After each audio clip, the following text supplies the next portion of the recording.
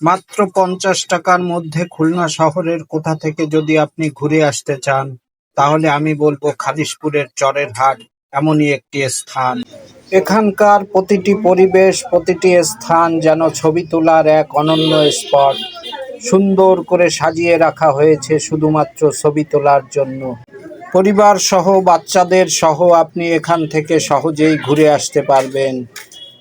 আপনার মনকে যেমন প্রশমিত এবং নির্মল করে তুলবে, তেমনি বাচ্চাদের খেলার জন্য অফুরন্ত এক পরিবেশ এখানে সৃষ্টি করে রাখা হয়েছে।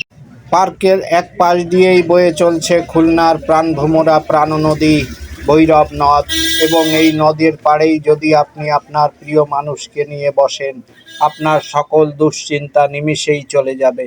এখানকার সৌন্দর্য সকালে একরকম আর রাতের ভিউ আরেকটু অন্যরকম, তবে রাতের ভিউটা একটু বেশিই সুন্দর। সকাল ৮টা থেকে শুরু করে রাত ১১টা পর্যন্ত এই স্থানটি খোলা থাকে। যে কোনো সময় এসে আপনার ফ্যামিলি বা প্রিয়জনকে নিয়ে এসে ঘুরে যেতে পারেন। সপ্তাহের ৭ দিনই আপনি যে কোনো সময় এখানে ঘুরে যেতে পারেন, তবে বিকালবেলায় আসলে নৌকায় করে লোকজন ঘুরতে যাচ্ছে ভৈরব নদী, এই দৃশ্যও আপনি পাবেন। তবে বিকালবেলার পরিবেশ অন্যরকম, সন্ধ্যার পরের পরিবেশ অন্যরকম। সপ্তাহের শুক্রবারের দিন সব থেকে ভিড় থাকে, আর এই ভিড়ের দিনেই আমি এসে হাজির হয়েছি। যেহেতু আজ শুক্রবার, তাই ভিড়ের পরিমাণও একটু বেশি। তাই এখানে বসে একটু ছবি তুলতে গেলে অনেক লম্বা সিরিয়াল এবং সময় দিয়ে তারপরে ছবি তুলতে হচ্ছে, যা বেশ বিরক্তিকর। তবে বিকালবেলায় আসলে এই সমস্যার সম্মুখীন আপনি হবেন না। এখানকার পরিষ্কার পরিচ্ছন্ন এবং নির্মল পরিবেশ, এবং সেই সাথে রাতের আধারের আলো আঁধারির এক রঙিন গাছ আপনার মনকে মুগ্ধ করে তুলবে।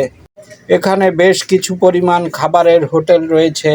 এসব হোটেলে বিভিন্ন রকমের খাবারের আইটেম রয়েছে, যেমন ফুচকা, চটপটি, বিভিন্ন রকমের রঙিন শরবত, এছাড়াও চিকেন গ্রিল, সাথে তন্দুর এবং বিভিন্ন রকমের রুটির আইটেমও রয়েছে, যেগুলো আপনি নিঃসন্দেহে খেতে পারবেন। এবং দামের দিক থেকে বিবেচনা করলে তুলনামূলক দাম একটু কমই আছে।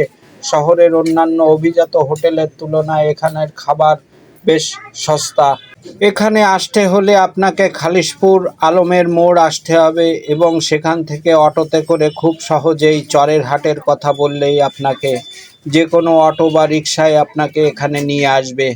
এসব দেখতে দেখতে অনেকটা সময় আমরা পার করে ফেলেছি প্রিয় বন্ধুরা।